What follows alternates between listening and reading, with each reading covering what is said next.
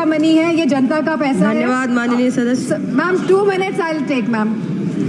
यह जनता का पैसा है और इसे सही ढंग से इस्तेमाल करने के लिए हम सब प्रतिबद्ध हैं। और जो बड़े बड़े वादे कर रहे हैं और जो बड़ी बड़ी बातें कर रहे हैं कि हमने बहुत बड़े बड़े एम्स बना लिए हैं, मेडिकल कॉलेजेस बना लिए हैं, लेकिन 100% तरीके से कोई भी मेडिकल कॉलेज या एम्स सुचारू रूप से प्रदेश में नहीं चल पा रहे हैं। आपने जो वादे करे थे लोगों को, आपने सारे वादे जनता के साथ वो वादों को तोड़ने का काम किया है।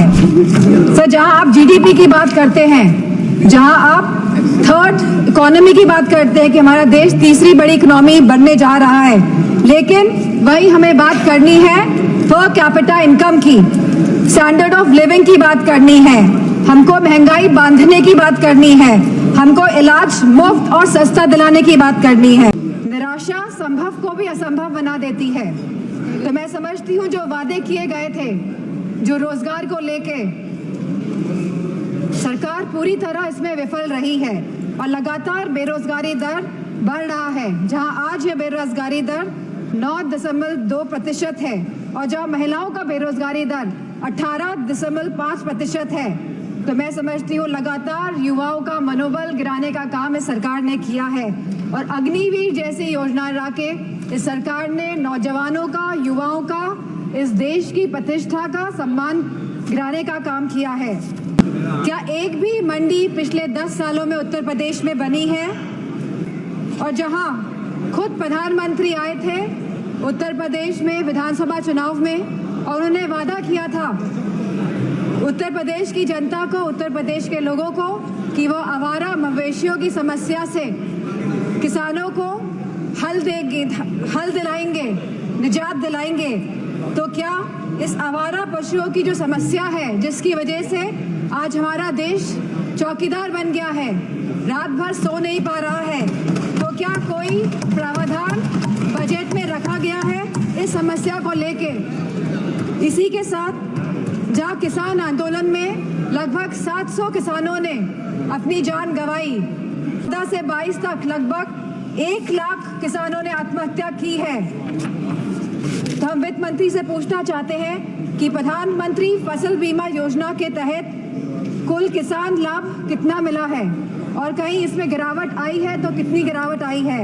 अनुसूचित जाति जनजाति पर होने वाले अपराध लगातार बढ़ रहे हैं और उत्तर प्रदेश में यह अपराध नंबर 1 पे है और साथ ही महिलाओं के साथ जघन्य अपराध लगातार बढ़ रहे हैं। उत्तर प्रदेश आज इसमें भी टॉप लिस्ट पर है। तो मैं पूछना चाहती हूँ कि महिलाओं को सुरक्षा को लेकर यह सरकार क्या कर रही है? और जहां उत्तर प्रदेश में समाजवादी पार्टी की सरकार ने 1090 जैसी सेवाएं चलाकर हमने अपनी माताओं, बहनों, बेटियों को सम्मान दिलाने का, उनका हक दिलाने का काम किया था, तो इस बजट में क्या प्रावधान रखा गया है महिलाओं की सुरक्षा को लेकर? कैंसर के केसेस लगातार देश में बढ़ रहे हैं और मेरा मानना है कि अगर ये कैंसर इंस्टीट्यूट सही ढंग से सरकार चला लेती है तो सस्ता इलाज हम अपने देशवासियों को दे पाएंगे।